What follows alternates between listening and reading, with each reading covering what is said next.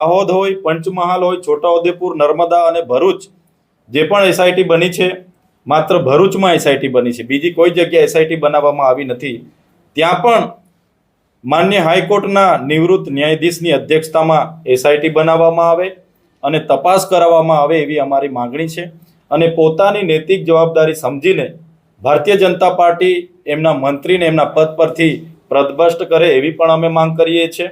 આવનારા દિવસોમાં દિન 10 પછી અમને સંતોષકારક આમાં તપાસ અને કાર્યવાહી નહીં લાગશે તો તમામ જિલ્લાઓમાં જે પણ લોકોને મનરેગા થકી અન્યાય થયો છે એવા તમામ લોકોને સાથે રાખીને જિલ્લા પ્રમાણે અમે આવનારા દિવસોમાં રચનાત્મક કાર્યક્રમો આપીશું.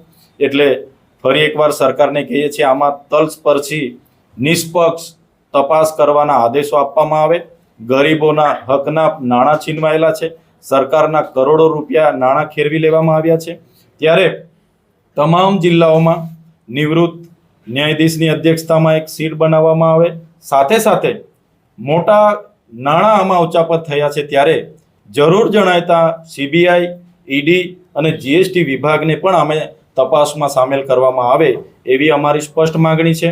આપે જોયું હશે, આમ આદમી પાર્ટીનો જ્યારથી અસ્તિત્વમાં આવી છે, આમ આદમી પાર્ટી ચાહે પંજાબ હોય, દિલ્હી હોય, ગુજરાત હોય, હર હંમેશ ભ્રષ્ટાચાર સામે અમે લડતા આવ્યા છે.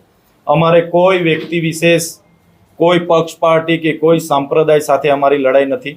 અમારી લડાઈ માત્ર ને માત્ર ભ્રષ્ટાચાર સામે છે. જે પણ લોકો ભ્રષ્ટાચાર કરતા હશે એના પુરાવા જેમ જેમ અમારી પાસે આવશે, આવનારા દિવસોમાં પણ એમને ખુલ્લા પાડીશું.